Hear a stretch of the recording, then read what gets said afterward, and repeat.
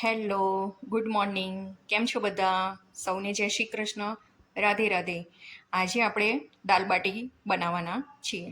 એના માટે આપણે 1 કપ તુવેરની દાળ લીધેલી છે, અડધી વાટકી મગની દાળ લીધેલી છે અને અડધી વાટકી અડદની દાળ લીધેલી છે. હવે દાલ બાટીમાં બધા પોતાના હિસાબે જ દાળ અંદર નાખતા હોય છે. કોઈ લોકો મસૂરની દાળ યુઝ કરે છે, કોઈ લોકો ચણાની પણ દાળ નાખતા હોય છે, પણ જનરલી આ 3 દાળનો ટેસ્ટ દાલબાટીમાં ખૂબ સરસ લાગે છે. તો આપણે આ 3 દાળનો યુઝ કરીને દાલબાટી બનાવશું. તો આપણે 3 દાળને કુકરમાં એકસાથે લઈ લઈશું અને એને બરાબર વોશ કરીને 4 સીટી વગાડી દઈશું. દાળ મેં ધોઈ દીધી છે. હવે દાળમાં આપણે થોડીક મેથી નાખી દઈશું અને હવે 4 વિસલ લગાવી દઈશું. દાળ આપણે બફવા મૂકી દીધી છે. હવે આપણે બાટી બનાવવાની તૈયારી કરીશું. તો એના માટે મેં 1 બાઉલ ભાખરીનો જાડો લોટ લીધેલો છે.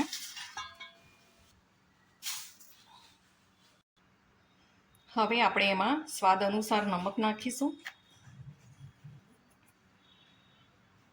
થોડી હળદર નાખીશું અને જીરું અને અજમું નાખીશું અને 3 ચમચી તેલ નાખીશું અને આપણે પાણી નાખીને હવે ભાખરી જેવો થોડો લોટ બાંધી દઈશું. આ રીતે આપણે કઠણ લોટ બાંધવાનો છે. હવે આપણે આ લોટમાંથી લુવા બનાવીશું અને સ્ટીમરમાં સ્ટીમ કરવા માટે મૂકીશું. આ રીતે આપણે બધા જ લુવા કરી દેવાના છે અને પછી સ્ટીમરમાં એને સ્ટીમ કરવા માટે મૂકવાનું છે. આ રીતે આપણે સ્ટીમરમાં બધી જ બાટી બાફવા માટે મૂકી દેવાની છે. હવે આપણે ઢાંકણ ઢાંકીને 20 મિનિટ માટે થવા દઈશું. 20 મિનિટમાં આપણી બાટી રેડી થઈ જશે. હવે આપણે દાળ વઘારવા માટે 4 ડુંગળી લીધેલી છે, મીડિયમ સાઇઝની છે, અને 3 ટામેટાં છે અને 2 મરચાં છે, જેને આપણે આ ચોપરમાં ચોપ કરી લઈશું. આ આપણા ડુંગળી, ટામેટાં અને મરચાં ક્રશ થઈ ગયા છે. હવે આપણે દાળ વઘારવાની શરૂઆત કરીશું. એના માટે મેં આ બધા આખા મસાલા લીધેલા છે. સૌથી પહેલાં આપણે તેલમાં એને સાંતળી લઈશું બરાબર. તો હવે તેલ ગરમ થઈ ગયું છે. તો આપણે જે પેલા આખા મસાલા લીધા હતા એને સૌથી પહેલાં સાંતળીશું.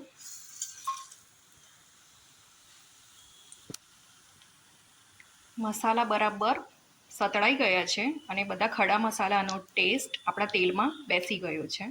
હવે આપણે જે ડુંગળી અને ટામેટાં અને મરચું જે ચોપ કરેલું છે તે હવે આપણે આમાં નાખી દઈશું. ડુંગળી અને ટામેટાં જલ્દી કૂક થઈ જાય એના માટે આપણે સ્વાદ અનુસાર મીઠું નાખી દઈશું.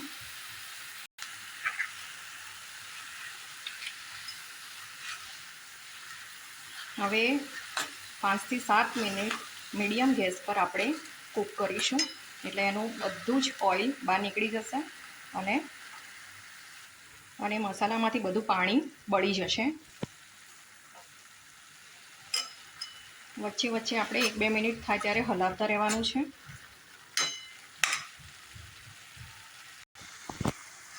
પાંચ મિનિટ થઈ ગઈ છે.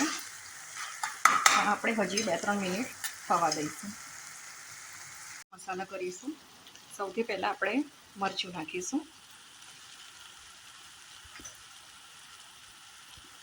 પછી આપણે હળદર નાખીશું,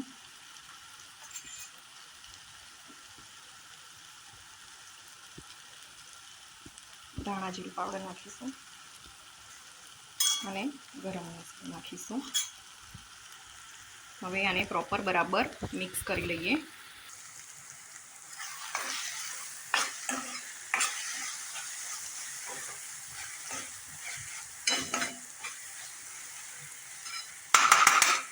હવે આને 2-3 મિનિટ સુધી થવા દઈશું. પછી આપણે જે દાળ બાફવા મૂકેલી ને તે દાળ આપણે આમાં નાખીશું. મસાલામાંથી તેલ બરાબર છૂટું પડી ગયું છે અને આપણો મસાલો હવે કમ્પ્લીટ રેડી થઈ ગયો છે.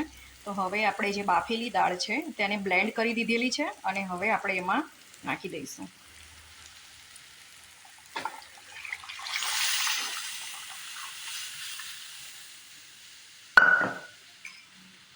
હલાવી લઈશું બરાબર પ્રોપર.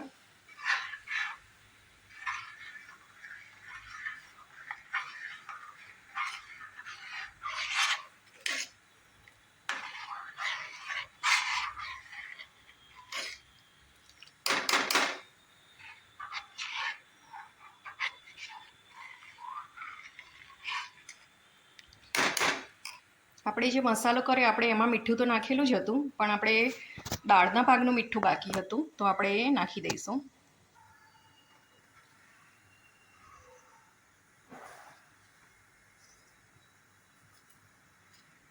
હલાવી દઈશું. આને એકદમ સ્લો ગેસ પર 10 થી 12 મિનિટ માટે આપણે કૂક કરવાની છે. એટલે જે આપણી દાળ હતી એમાં આપણે જે મસાલા બધા કર્યા આગળ, તે બધો મસાલાનો ટેસ્ટ એમાં બેસી જાય ને એકદમ મસ્ત રેડી તૈયાર થઈ જાય.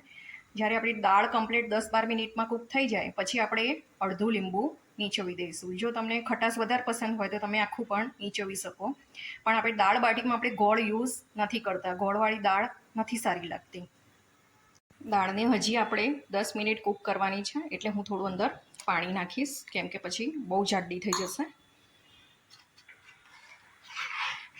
બહુ પતલી પણ નહીં અને જાડી પણ નહીં, એવી મીડિયમ દાળ આપણે યુઝ કરવા માટે રાખીશું. દાળ આપણી બરાબર કૂક થઈ ગઈ છે, 10-12 મિનિટ થઈ ગયું છે. હવે આપણે ગેસ બંધ કરી દઈશું અને ધાણા નાખીને સર્વ કરી લઈશું. દાળમાં તમે મીઠું, મરચું એ બધું તમે તમારા હિસાબથી નાખી શકો છો. તમારા ઘરમાં તમે જે પ્રમાણે તીખું ખાતા હોય તે પ્રમાણે. આપણે ચેક કરી લઈએ આપણી બાટી થઈ છે કે નહીં. એના માટે આ ચમચીનો યુઝ કરું છું. જો એ અંદરથી કમ્પ્લીટ ચોખ્ખી બહાર નીકળશે તો થઈ ગઈ છે.